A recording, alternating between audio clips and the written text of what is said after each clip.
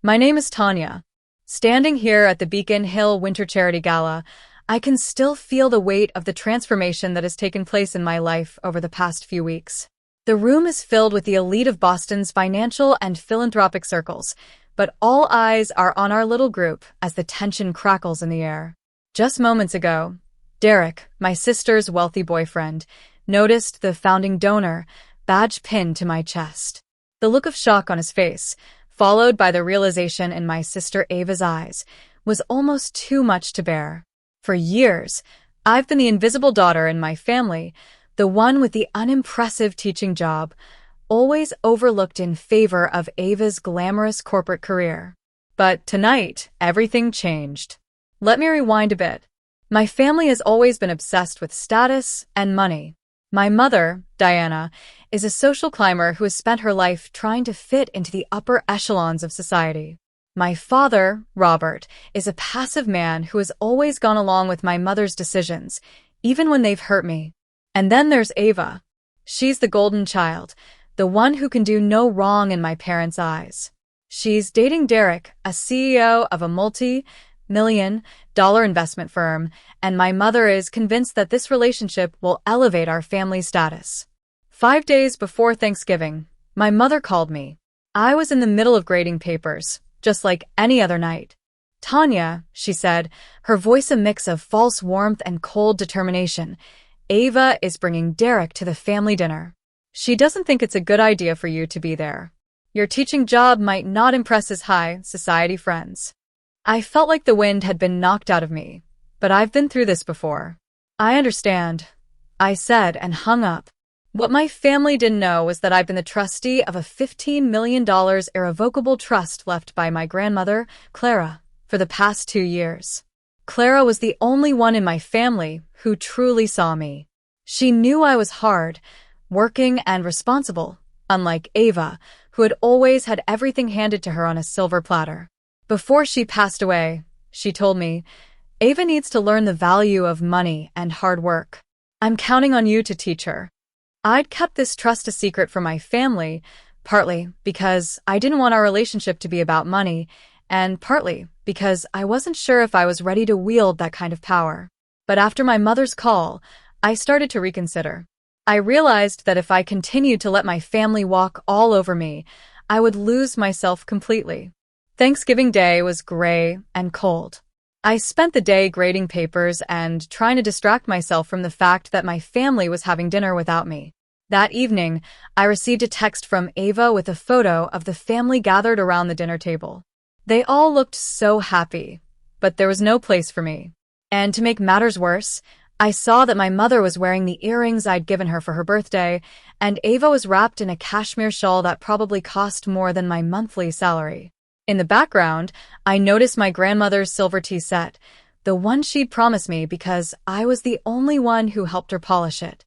That night, I talked to my friend Lily, who was also a teacher at my school. She knew about the trust and had been encouraging me to stand up for myself. "Tanya, you can't keep letting them treat you like this. Your grandmother gave you that trust for a reason," she said. I started to think about the future. If I continued to be the invisible daughter, I would miss out on every family event, every milestone. And my family would keep taking advantage of me, asking for money whenever it was convenient for them. I knew I had to draw a line. On Friday morning, I called my grandmother's attorney, Ms. Grant. She'd been handling the trust for years and was a rock of calm and professionalism. I went to her office to discuss my options. She explained that as the trustee, I had complete discretion over the distribution of the funds. I could authorize a standard distribution, defer it, or add conditions for Ava to meet. As I was leaving her office, Ms. Grant handed me an envelope. It was an invitation to the Beacon Hill Winter Charity Gala, the same event Ava and Derek were attending. I'd been a founding donor to the charity for the past 2 years, using the $50,000 personal bequest my grandmother had left me. I'd always attended these events anonymously, not wanting my family to know about this part of my life. But now, I realized it was time to step out of the shadows. That same afternoon, there was a knock on my door. It was my mother, Ava, and my father. They'd found out about the trust through Derek's financial advisor. Ava was furious. You? A teacher controlling a $15 million trust? This has to be a mistake, she scoffed. My mother tried to be diplomatic, suggesting that she should take over as the trustee, but I stood my ground. I told them that I was going to do exactly what my grandmother wanted, which was to ensure that the money was used responsibly. When Ava sneered at my teaching job and my lack of wealth, I couldn't hold back anymore. I told her about the charity gala and showed them my founding donor badge. Their jaws dropped in disbelief. For the first time, they saw me as more than just the embarrassing daughter. Which brings me back to the gala. Derek's eyes widened as he realized the truth. He turned to Ava, his voice cold. Your sister has been a major donor to this foundation, and you never told me? Ava stammered, trying to come up with an excuse, but it was too late. Gran appeared at just the right moment. Tanya is an excellent trustee, she said. The trust is in very capable hands. The temperature in the room dropped as everyone realized that the power dynamics had shifted. After the initial shock, I decided on my course of action. I told MS Grant that I wanted to defer the distribution of the trust for 12 months. I also wanted Ava to complete a certified personal financial management course before she could access any of the funds. I knew it was a tough love approach, but I believed it was what my grandmother wanted. Ava was furious.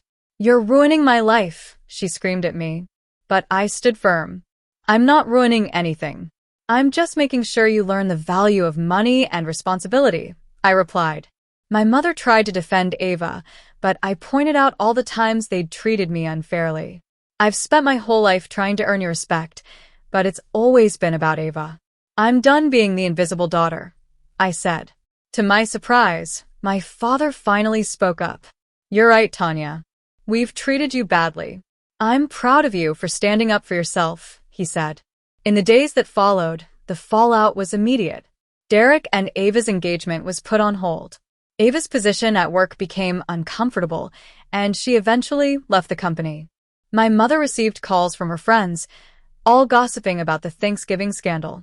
On December 2nd, I signed the deferral documents at MS Grant's office. She assured me that my grandmother would have been proud of my decision.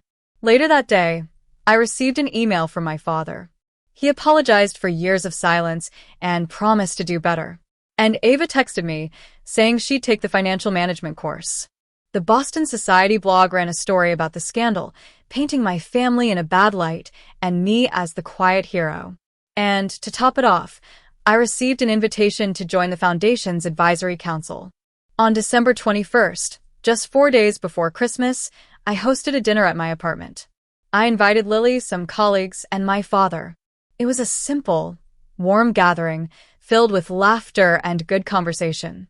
Ava texted me during the dinner, saying she was trying, and I responded with an acknowledgement, leaving the door open for the future.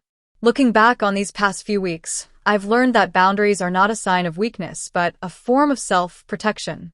I've also learned that love should not come at the cost of self-respect. I'm no longer the invisible daughter, and I'm ready to embrace the new chapter of my life. If you've ever had to stand up for yourself against your own family, know that you're not alone. Drop a comment and share your story. And if you want to hear more stories like this, subscribe and hit the notification bell. Thanks for being here with me. Take care of yourself because you deserve it.